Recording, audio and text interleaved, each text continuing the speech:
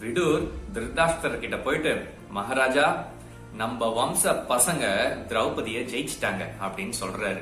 உடனே திருதராஷ்டிரருக்கு பயங்கரமான சந்தோஷம். செம சூப்பரான இன்ஃபர்மேஷன் விடூர், போயிட்டு துரியோதனையும் திரௌபதியும் கூப்பிட்டுட்டு வாங்க அப்படின்னு சொல்றாரு. அதுக்கு விடூர் நக்கலா, மகாராஜா பாண்டவாசும் நம்ம வம்ச பசங்க தான், அதை மறந்துட்டீங்களா? ஜெயிச்சது துரியோதன் கிடையாது, அர்ஜுன் அப்படின்னு சொல்றாரு. உடனே திருதராஷ்டிரர் அந்த டிசப்பாயின்மெண்ட் வெளியில காட்டக்கூடாது இல்லையா, அதனால சமாளிக்கிறாரு. எப்படின்னா, பாண்டவாசும் என் பசங்க தான் விடூர், ஏன் நீ இதை புரிஞ்சுக்க மாட்டுற? அவங்க உயிரோட இருக்கிறது, திரௌபதியை ஜெயிச்சது எனக்கு ரொம்ப சந்தோஷமா இருக்கு அப்படின்னு சொல்றாரு. இத கேக்குற கர்ணாக்கு பயங்கரமான கோபம். விடூர் போனதுக்கு அப்புறமா கர்ணா திருதராஷ்டிரர் கிட்ட சொல்றாரு, என்ன மகாராஜா இப்படி நம்ம எதிரிய இப்படி பாராட்டுறீங்களே அப்படின்னு சொல்றாரு. அதுக்கு திருதராஷ்டிரர், கர்ணா நான் உள்ள டிசப்பாயின்மெண்ட் ஆயிருக்கிறேன், ஆனா அதை வெளியில காட்ட முடியாது என்னால, கொஞ்சம் புரிஞ்சுக்கோ அப்படின்னு சொல்றாரு. இப்ப துரியோதன் இப்ப பாண்டவாசும் திரௌபதும் ஒன்னா ஆயிட்டாங்கன்னா நம்மளுக்கு ஒரு பெரிய பிரச்சனையா இருக்கும், சோ என்ன பண்ணலாம் அப்படின்னு நினைக்கிறப்ப கொஞ்சம் மொக்க ஐடியாஸா கொடுக்கறாரு. ஒரு மொக்க ஐடியா என்ன அப்படின்னா, திரௌபதுக்கு காசை கொடுத்து நம்ம பக்கம் இழுத்துடலாம் அப்படின்னு சொல்றாரு.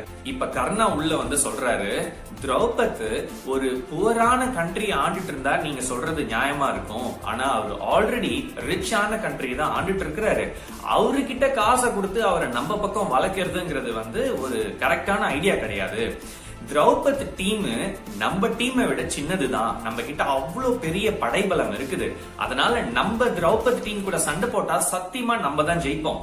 அது மட்டும் இல்லாம பாண்டவாஸ் கூட கிருஷ்ணா இப்ப நட்புல இருக்கிறதுனால கிருஷ்ணா யாதவாச கூட்டிட்டு நம்ம கூட சண்டைக்கு வரலாம், ஆனா யாதவாச கூட்டிட்டு வர்றதுக்கு ஒரு நாளாவது டைம் ஆகும் இல்லையா, அந்த ஒரு நாளுக்குள்ள அந்த டீமை ரெடி பண்றதுக்கு முன்னாடியே நம்ம பாண்டவாச அட்டாக் பண்ணி தோக்கடிச்சிடலாம்னு கர்ணா சொல்றாரு. திருதராஷ்டிரருக்கு கர்ணாவோட ஐடியா ரொம்பவே பிடிச்சிருந்தாலும் ஒரு அட்வைஸ் அண்ட் சஜஷன் கேட்கலாம் அப்படின்னு சொல்லிட்டு தன்னோட முக்கியமான ஆளுங்களை எல்லாம் கூப்பிடுறாரு.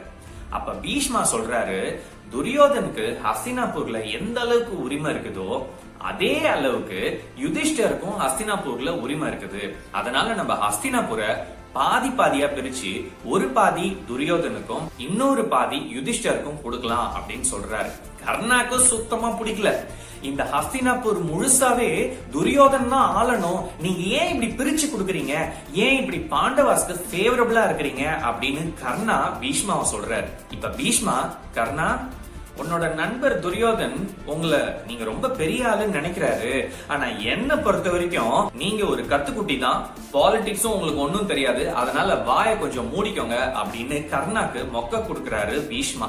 திருதராஷ்டிரர் ஃபைனலா எல்லா அட்வைஸையும் கேட்டதுக்கு அப்புறமா பீஷ்மா சொன்ன அட்வைஸையே நம்ம செயல்முறைப்படுத்தலாம் அப்படின்னு சொல்லிட்டு விடூர் கிட்ட கப்பிலியா சிட்டியில இருக்கிற பாண்டவாச கூப்பிட்டுட்டு வாங்க அப்படின்னு சொல்லி விடூரை அனுப்புறாரு திருதராஷ்டிரர்.